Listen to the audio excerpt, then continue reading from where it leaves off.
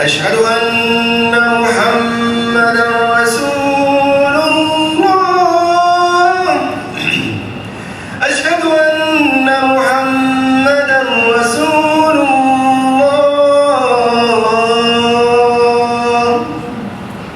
حي على الصلاة حي على الصلاة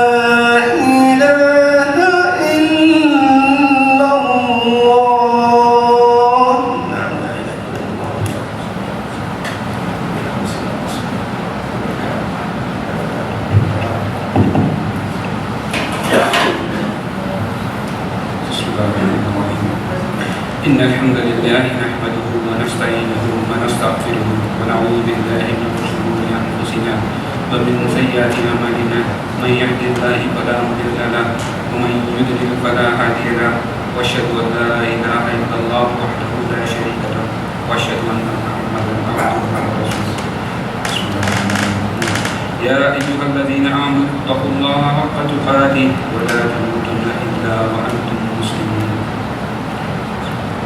يا أيها الناس اتقوا ربكم الذي خلقكم من نفس واحدة وخلق منها زوجها وبث منهما رجالا كثيرا ونساء واتقوا الله الذي تسألون به والأرحام إن الله كان عليكم رقيبا يا أيها الذين آمنوا اتقوا الله وقولوا قولا سديدا يصلح لكم أعمالكم ومن يطع الله ورسوله فقد فاز فوزا عظيما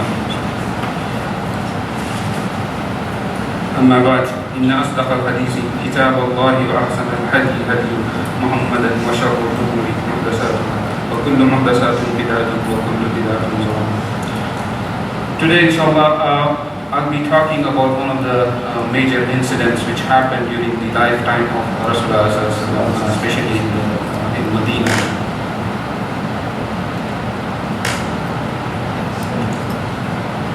So this was the incident of Ahzab, or the Battle of the Trench, which was very significant in terms of the Muslim growth. In terms of the Muslim growth, where the Muslims gained a significant victory in terms of growing and moving on from this battle. So how this battle came into place, or what was the background, is during the Battle of Badr, the Muslims had a very decisive victory, where Allah subhanahu wa ta'ala gave them a victory over the Quraysh, and they were able to get the victory with the help of Allah subhanahu wa ta'ala. But during the Battle of Uhud, they were in a position to get the victory, but subhanAllah, things changed, and the victory was lost, where Muslims faced a huge number of casualties, so on and so forth. So what happened during this time was the Makkans, they realized, they were happy at that time that they got something out of the victory, but once they started returning back, they realized that they did not get anything from this victory, from this battle. So Rasulullah ﷺ, being a military genius, he realized that the Makkans would soon regroup and think what have they gained from this battle at Uhud. So he took the army, even though he was badly injured and they had very severe casualties, loss of many of the Sahaba, where they were still mourning, but they still continued. They marched towards the Makkans. So then they realized, like, okay, the Makkans realized that, okay, we did not gain anything, but before they could do anything, they heard that Rasulullah is coming back with the army, so they just left disheartened over there. So at that time of Uhud, they vote to come back and fight the people of Medina, or the Muslims, for next year. And then there was the incident of the tribes of Banu Nadir, the Jewish tribe in Medina, who were living in the Medina, and who tried to assassinate Rasulullah and they did not succeed. So Rasulullah on the advice of some of the Sahaba asked them to leave, and they were leaving in exile outside of the Medina, and they started grouping together. They started putting together other tribes, other people as well, who were opposing the Muslims. So it was like a enemy of enemy is a friend kind of thing, where all these people started grouping together. So they finally made a confederation, as Allah subhanahu wa ta'ala has mentioned in Surah Al-Ahzab, which means a group of people, or the confederates. So they grouped together and went to the people of Makkah, and they made a huge army of 10,000 people to march towards Medina, so that they can settle the scores with the Muslims, they can eliminate them once and for all. So that was the main reason behind this battle. So Allah subhanahu wa ta'ala, on listening these, the Sahaba were a little scared, and Allah subhanahu wa ta'ala has mentioned in Surah Ahzab, ayat number 11, the meaning of this ayat is, the believers were tested and shaken with severe shaking. So this is where the believers were like, they came to know that the huge army is coming, and they will be fighting. They want to extend the Muslims, but their belief, the belief of the Sahaba was that Allah is sufficient for us. So Rasulullah and all the Muslims, when they heard this, Rasulullah called for a meeting, or called for a shura, and discussed what can be done to stop them, or how to treat this calamity. So he asked for advice from many of the Sahabi, and some of them, they said, like, let's go and meet them in the battlefield outside of the Medina, and some other suggested a few other things. But one particular Sahaba, the Sahabi Salman al-Farsi radiallahu anhu, he was from Persia, and he accepted the Islam, and he advised, based on his knowledge from Persia, that let us dig a trench, a khandaq, which will protect us. So this was new to the Arab world, and Medina was so strategically placed that two sides of it were covered with the mountains, and at the behind there was the Jewish tribe of Banu Qurayza, which was in alliance with the Muslims, and there was only one way to enter Medina, and that entrance was blocked by the Muslims by having a trench or a khandaq. So here again, what I'm trying to do in this khutbah is gain some knowledge from the incidents, and what we can take home messages, rather than understanding what happened during the battle of trench. So first and foremost thing, when we have any major decisions to make, as Rasulullah has shown here, we have to call for shura, we have to call for advice.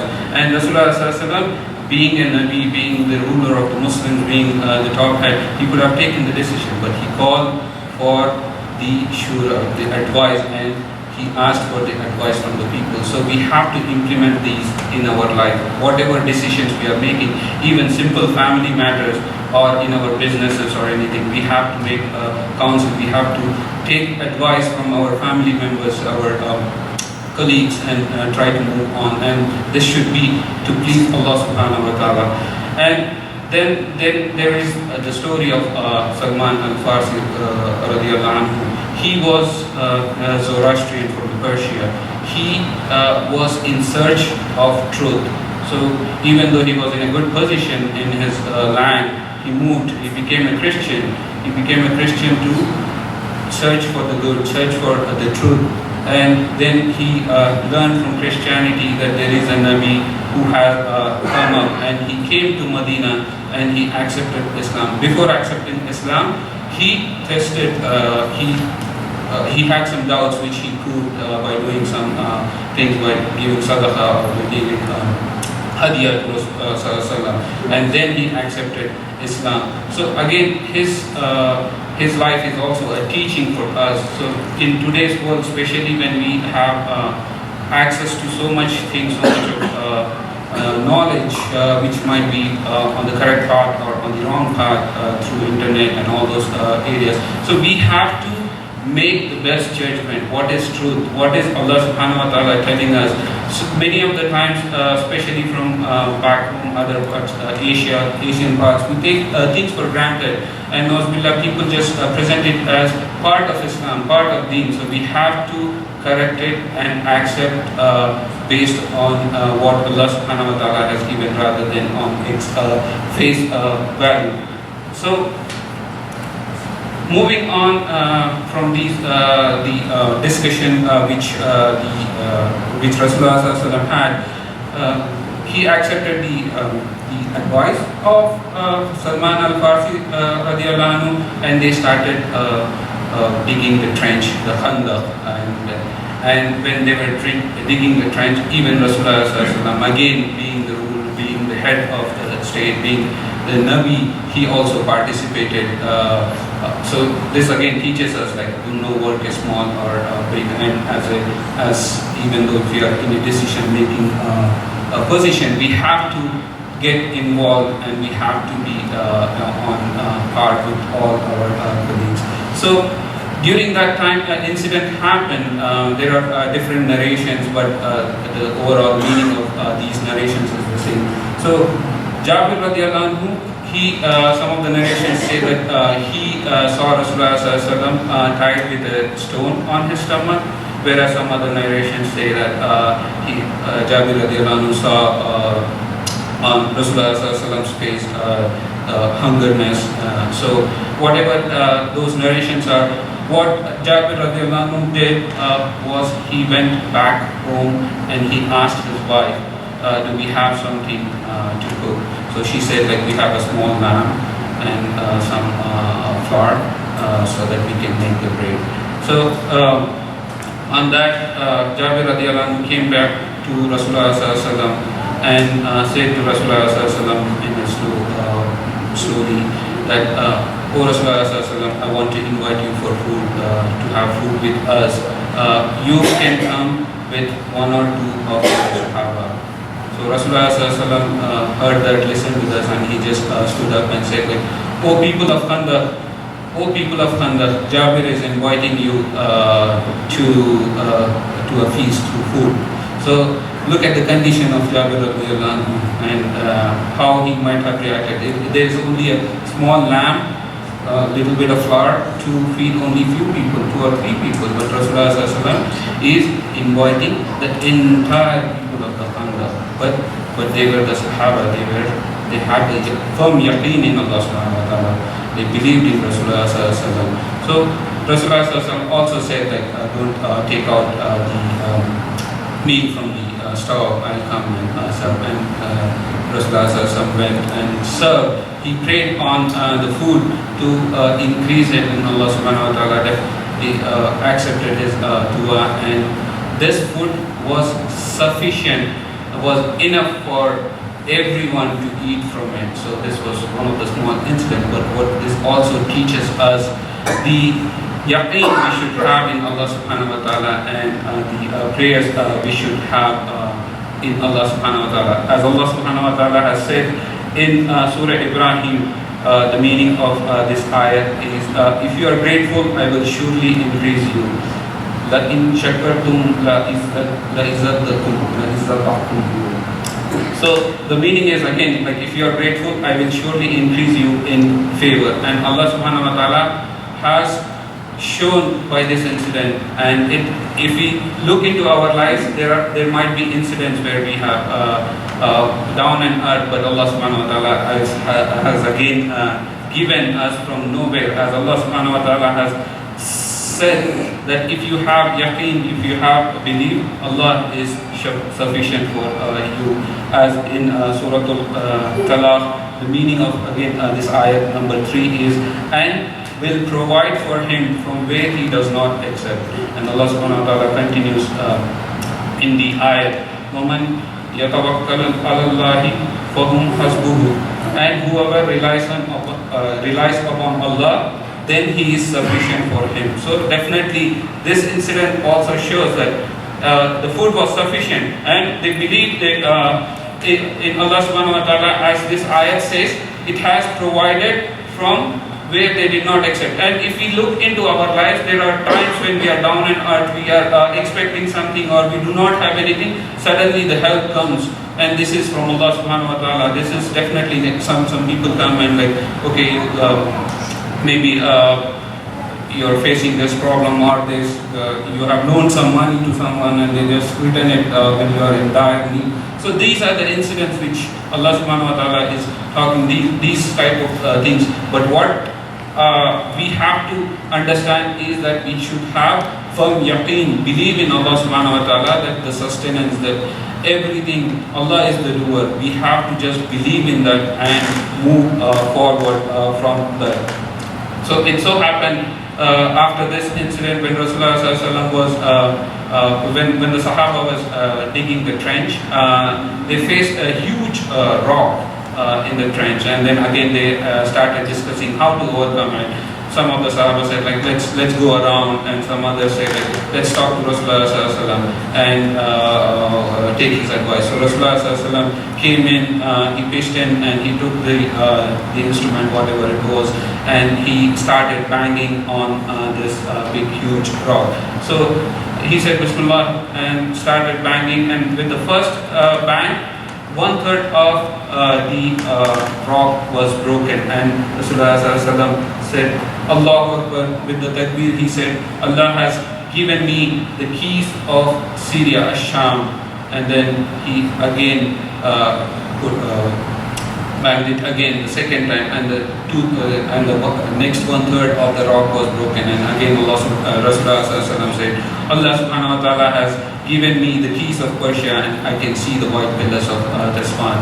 So again, in the third time when he banged on to the rock completely broke, and Rasulullah said, Allah has given me the keys to Yemen, and I can see the doors of Sana'a, the city of Sana'a.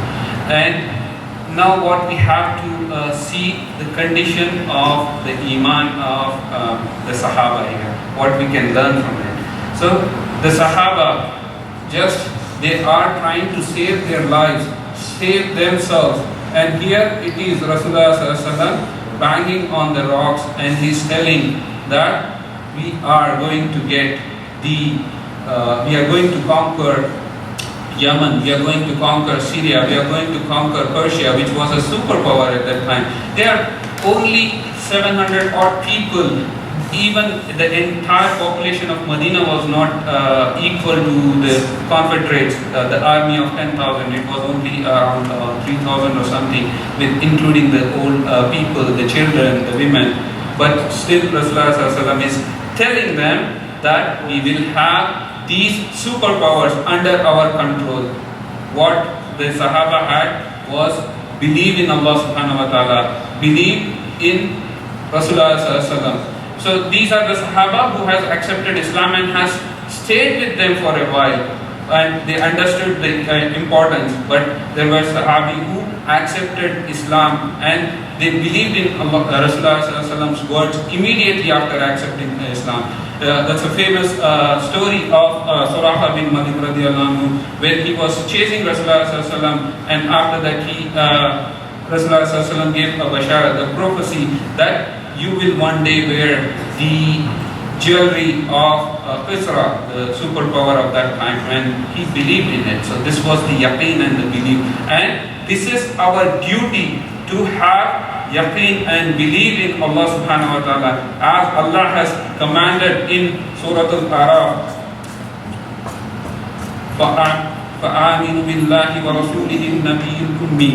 So believe in Allah and His Messenger, the unlettered Prophet. So in any ayah, any word in the Quran is a command for us, and Allah subhanahu wa ta'ala is commanding that we believe in Allah and we believe in Rasulullah sallallahu alaihi wasallam. And this was the belief the Sahaba had. Whenever Rasulullah sallallahu alaihi wasallam said something, and whenever a wahi was not revealed, whenever ayah was revealed, they believed in it and they accepted it. So today we have to search ourselves, introspect ourselves and see what kind of belief we have. We have seen through the history that indeed Surah bin Malik radiallahu anhu, he wore the jewelry.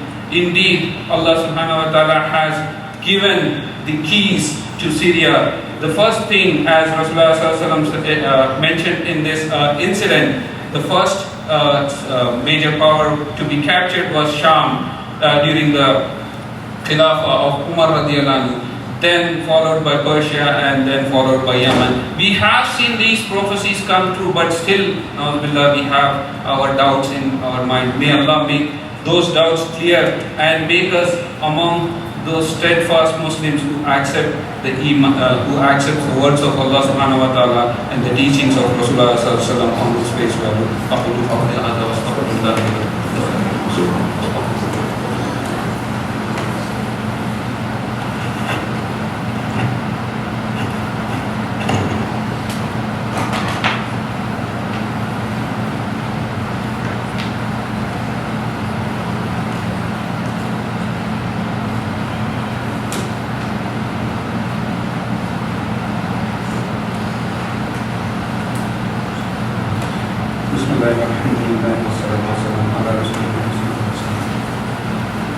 So during this battle, one other incident happened where the Sahaba and Rasulullah sallallahu alaihi wasallam were so involved in taking the trench because these armies were coming in.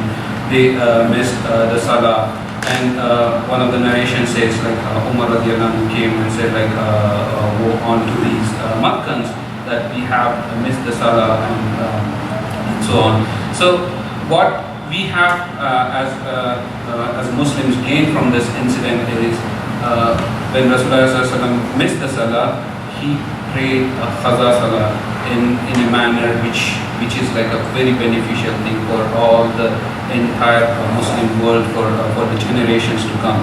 So again, from this incident we can learn that Rasulullah sallallahu alaihi wasallam, when he missed Asr Salah, he prayed Asr first and then followed by Maghrib. If he missed Zohar and Asr, then first we have to pray Zohar and followed by Asr, then Maghrib, even though it is time for Maghrib. So that is how we have learned and the Mufassirin has come to a conclusion.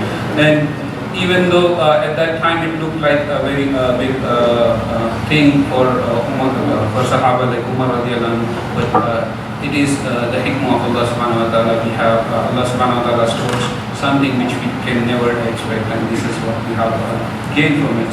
So moving on to the battle, it was not an actual battle where both the parties engaged in warfare. Instead, it was a small skirmishes, exchange of arrows, as well as some of the Makkans trying to barge into Medina through a narrow passage in the Khandaq. And one such person was Amr ibn Abdul Bud, along with Ikrimah bin Abu Jahl and some other people. He entered passed through the narrow passage into the Muslim side, and he challenged the people of Medina to come for a duel, and he kept asking for it. So Ali radiallahu anhu was the one who accepted the challenge, and he said, when Ali radiallahu anhu accepted the challenge and he went forward, he said, like, I give you two options. One is to accept Islam, and which is again we learn from the Seerah, as well as from the stories of the Sahaba and the Khulafa Rashidun, that whenever we are fighting someone or we are having a war, they used to offer them Islam, they used to give adhan, and if they hear back the adhan, they will not fight back. So especially the Ridda wars. So he asked asked him whether to accept Islam, which he rejected on his face value. Then he said, like, let us have a duel. And he said, Amr said, Ali radiallahu anhu said, let's have a duel. And Amr said, I do not want to kill you, my son of my friend or son of my cousin, but Ali radiallahu anhu. and they had a fight, and it was an intense battle. And Rasulullah sallallahu alaihi wasallam, some of the Mufassirin say that Rasulullah sallallahu alaihi wasallam prayed to Allah subhanahu wa ta'ala, giving the hawala of Abbas radiallahu anhu was killed. Oh Allah, give my cousin Ali, he's from my family, give him the victory, and indeed Allah subhanahu wa ta'ala gave him victory. Seeing that all the mushrik, the pagans of the Makkah, including Ikrimah bin Abu Jahl, they just ran away from that place. So during this time, when they had the exchanges of arrows, one of the Sahaba, Sa'd bin Mu'adh radiallahu anhu, he was hit on an artery and he was bleeding profusely. So during that time, when he was bleeding, he prayed to Allah subhanahu wa ta'ala, and he made a dua to Allah subhanahu wa ta'ala saying, "Oh Allah," the meaning is like closely where he is saying, "Oh Allah, keep me alive if we have any more battles left with Quraysh." So this was the dua he made. If he had any more battles, he wanted to participate in those battles with the Quraysh and fight them. So he made that dua that, "Allah, keep me alive if we have any more battles left with the Quraysh." In fact, he died of his wounds, he died of his injury after that. But Allah subhanahu wa ta'ala has accepted his dua. As Allah subhanahu wa ta'ala says in Surah Ghafir, ayat number 60, "Ad'uni astajibu lakum." Call upon me, I will respond to you. So we have, when we call Allah subhanahu wa ta'ala and make dua, Allah subhanahu wa ta'ala responds to our dua. And indeed, Allah subhanahu wa ta'ala accepted the dua of Sa'd bin Mu'adh radiallahu anhu, and there were never any other wars with the Quraysh after that. So this also teaches us what kind of dua we can make and what we can gain from duas. So we should have yaqeen in Allah subhanahu wa ta'ala that Allah is the one who will give, and when we make dua, it has to be there should be a portion for our betterness or our akhirah as well in all those duas. And we should not ask any duas which we cannot handle. Again, like we can ask for money, we can ask for power, anything, but are we able to handle that in a proper way? One of the Sahaba from Ashra Mubashirin, Abdul Rahman ibn Auf radiallahu anhu, he was one of the richest of those Ashra Mubashira, and he once said that when we did not have the money, we were very grateful, we had a very high gratitude. And now when we have so much of money and power, we are not that grateful, we do not show that gratitude. This is coming from one of the Sahaba whose basharat has been given that he will be a Jannati, that he will go into Jannah, already told by Rasulullah sallallahu alaihi wasallam in this dunya, and he is feeling that way, that the money has made him look less in gratitude. So can we handle those kind of things if we make dua to Allah subhanahu wa ta'ala, and the people with the money, the people with the position are the ones who will enter late into Jannah, because they have to give account to their each and every penny, to the powers, to the decisions they make. So that is when you will enter into Jannah. So we have to ask what we can handle, not that whatever we can ask. And Allah subhanahu wa ta'ala says in Surah Al-Baqarah, ayat number 186, the meaning of this ayat is, "I respond to the invocation of supplicant when he calls upon me. So let them respond to me by obedience and believe in me that they may be rightly guided." So this ayat again shows us that what we can ask. We have to ask with the portion from akhirah, so that we will be on the steadfast, we will be on the right path in this dunya and lead a correct path in this dunya, so that our akhirah can be built upon. So moving on from this,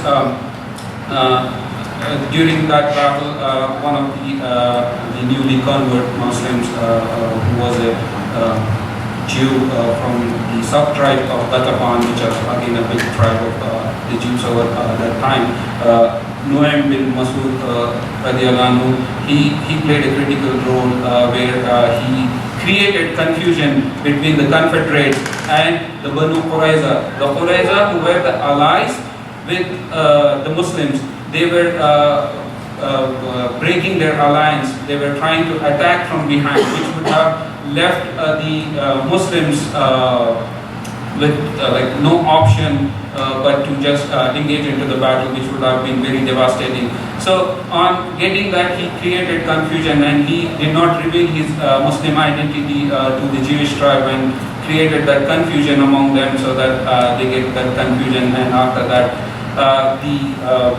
the people from the Quraysh, the Confederates, stayed siege as there was no war, and Allah subhanahu wa ta'ala has made the conditions very, very harsh for them. It was very cold, it was very chilly, and they could not bear that. So after that, they had to leave, as Allah subhanahu wa ta'ala has said in Surah Al-Ahzab, ayat number 25. The meaning of this ayah is Allah turned back the disbelievers. They retreated in their rage without gaining any advantage, and Allah was sufficient to fight on behalf of the believers. As the Sahaba had the yaqeen when they said like Hasbunallah, ni'mal wakeel, Allah is sufficient for us. Allah has shown them Allah is indeed sufficient. So we should have that yaqeen. Allah is sufficient for us in our day-to-day activities, in our life, so that we lead this life according to the will of Allah subhanahu wa ta'ala, according to the guidance of Rasulullah sallallahu alaihi wasallam, and become a better Muslim and lead us into the better akhirah. So the war ended with the marching of the Muslim army into Banu Qurayza, who broke the treaty and were trying to attack from behind. Where once during the month of Dhul Qa'dah, some of the Mufassirin say this was during the month of Dhul Qa'dah, where Muslims conquered Banu Qurayza and took them.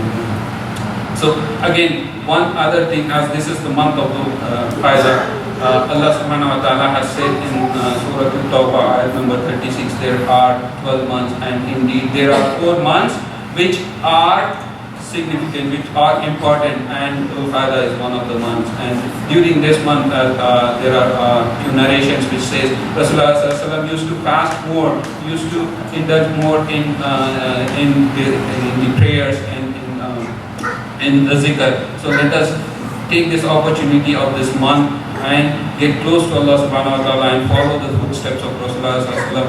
Fast more in this month and do more charity and pray more in this month, so that Allah gets pleased and we follow the sunnah of Rasulullah sallallahu alaihi wasallam. Whatever is truth is from Allah subhanahu wa ta'ala, and may Allah forgive for all the wrong words which I might have used knowingly or unknowingly. O Allah, give us iman and strength to be followers of Rasulullah sallallahu alaihi wasallam. O Allah, help us to be good and true Muslims. O Allah, give us success of this world and the hereafter. O Allah, be pleased with us as you were pleased with the Sahaba. O Allah, save us from the whispering of shaitan. Rabbi a'udhu bika min hamazati shayateen, wa a'udhu bika rabbi an yahdurun. La ilaha illa anta subhanaka inni kuntu minaz zalimin. ربنا ظلمنا أنفسنا وإن لم تغفر لنا وترحمنا لنكونن من الخاسرين. ربنا لا تزغ قلوبنا بعد إذ هديتنا وهب لنا من لدنك رحمة إنك أنت الوهاب. ربنا آتنا في الدنيا حسنة وفي الآخرة حسنة وقنا عذاب النار. ربنا إننا آمنا فاغفر لنا ذنوبنا وقنا عذاب النار. عباد الله إن الله يأمر بالعدل والإحسان وإيتاء ذي القربى وينهى عن الفحشاء والمنكر والبغي يعظكم لعلكم تذكرون. اذكروا الله يذكركم واشكروه يزدكم واستغفروه يغفر لكم واتقوا الله يجعل لكم مخرجا.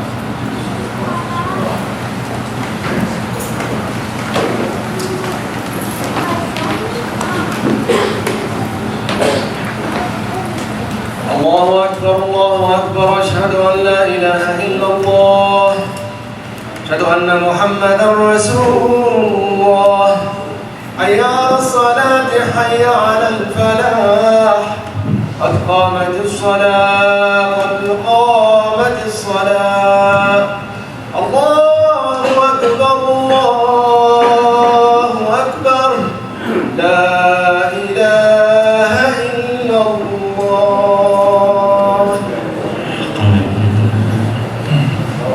استقيموا واستووا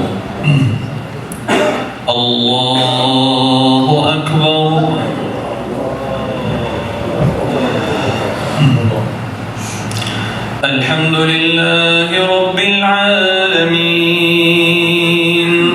الرحمن الرحيم مالك يوم الدين إياك نعبد وإياك نستعين اهدنا الصراط المستقيم صراط الذين أنعمت عليهم غير المغضوب عليهم ولا